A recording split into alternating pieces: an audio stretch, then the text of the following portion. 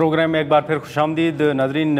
وزیر مملکت بیرسٹر عقیل ملک صاحب کی گفتگو آپ نے سنی، پی ٹی آئی کے ساتھ مذاکرات سمیت جو مختلف ایشوز تھے اس پر ہم نے گفتگو کی۔ انہوں نے پاکستان تحریک انصاف کے احتجاج کے حوالے سے ایک ضرور بات کی کہ انہوں نے پہلے بھی پاکستان تحریک انصاف نے احتجاج کی کال دی تھی لیکن وہ کامیاب نہیں ہو سکی، اور اب بھی انہوں نے جو احتجاج کی کال ہے اس پر تنقید کی ہے۔ پاکستان تحریک انصاف کے سینئر رہنما علی محمد خان صاحب ہمارے ساتھ موجود ہیں، ہم ان سے گفتگو کریں گے۔ علی محمد خان صاحب، بہت شکریہ سر وقت نکالنے کا۔ ابھی آپ سے پہلے بیرسٹر عقیل ملک صاحب سے گفتگو ہو رہی تھی اور وہ یہ جو میاں صاحب کی خان صاحب کے ساتھ ملاقات کے حوالے سے خبریں تھیں، وہ یہ سمجھتے ہیں کہ ان خبروں کے پیچھے بھی پاکستان تحریک انصاف تھی۔ تو آپ سمجھتے ہیں سر کہ ملاقات کے حوالے سے کوئی ریچ آؤٹ کیا گیا تھا پی ٹی آئی کو، یا آپ یہ سمجھتے ہیں کہ رومرز ہی تھے؟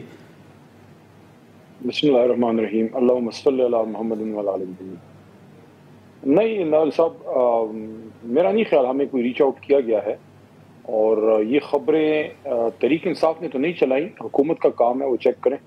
لیکن دیکھیں، مذاکرات کا جو ایشو ہے نا، اس میں رسپانسبلٹی حکومت کی ہی ہے۔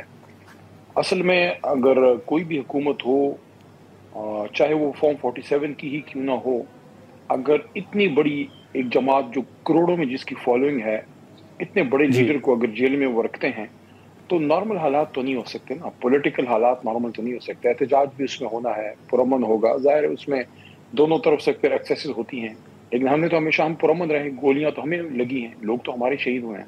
لیکن میں یہ کہوں گا کہ بہتر ہے کہ حکومت ہوش کے ناخن لے اور خان صاحب سے انگیج کریں، اور ان کی اور باقی اسیران کی رہائی کا کوئی بندوبست ہو۔ پولیٹیکل کیسز ہیں، اس کا حل بھی پولیٹیکل ہے۔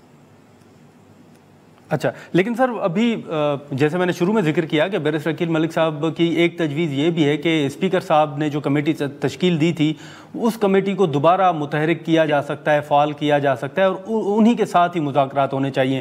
تو سر پھر آپ کے نزدیک آپ سمجھتے ہیں کہ پی ٹی آئی بھی اس میں جو کردار ادا کرنا چاہیے شاید اس طرح نہیں کیا جا رہا کہ اس کمیٹی کو فعال بنایا جائے یا اسپیکر صاحب کے ساتھ رابطہ کیا جائے؟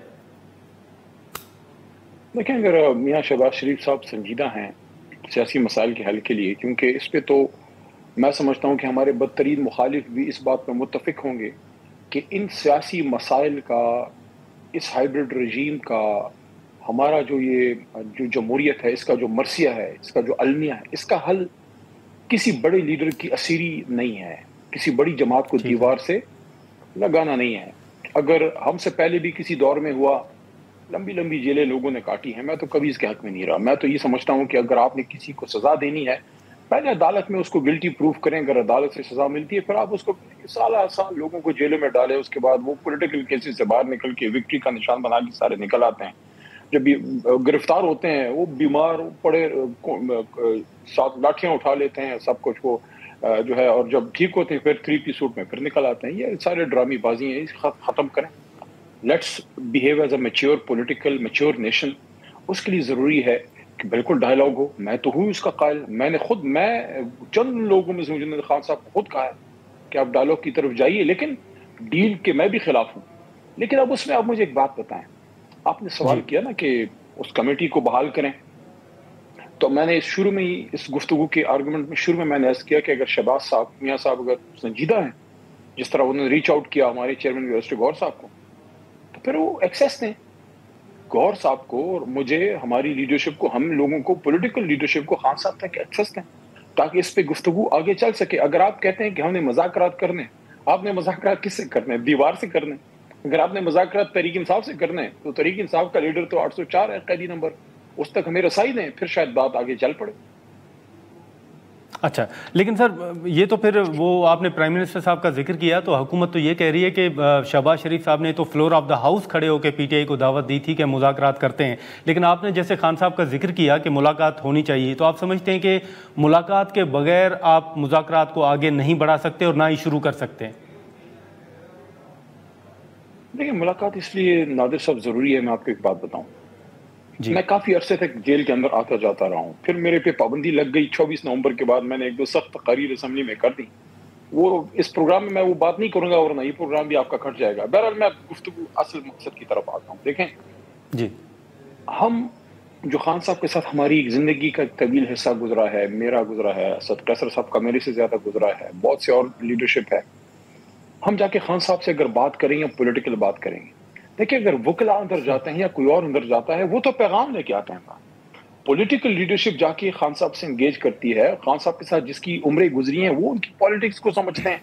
وکلا کو تو ان کی پالیٹکس کی سمجھ نہیں ہے. گھر کے افراد جو ہیں وہ ان کے گھر کے میٹرز کا ان کو زیادہ ہم سے پتہ ہے، لیکن جو ان کی پولیٹیکل لائف ہماری ان کے ساتھ گزری ہے، بے شمار سخت مواقع میں ان کے ساتھ رہے ہیں، وزیرستان مارچ میں ان کے ساتھ رہے ہیں، دھرنے میں سارے 126 129 دن ساتھ رہے ہیں، پاناما جو سارا ہو گیا تھا اس میں ان کے ساتھ تھے، پھر مشکلات میں.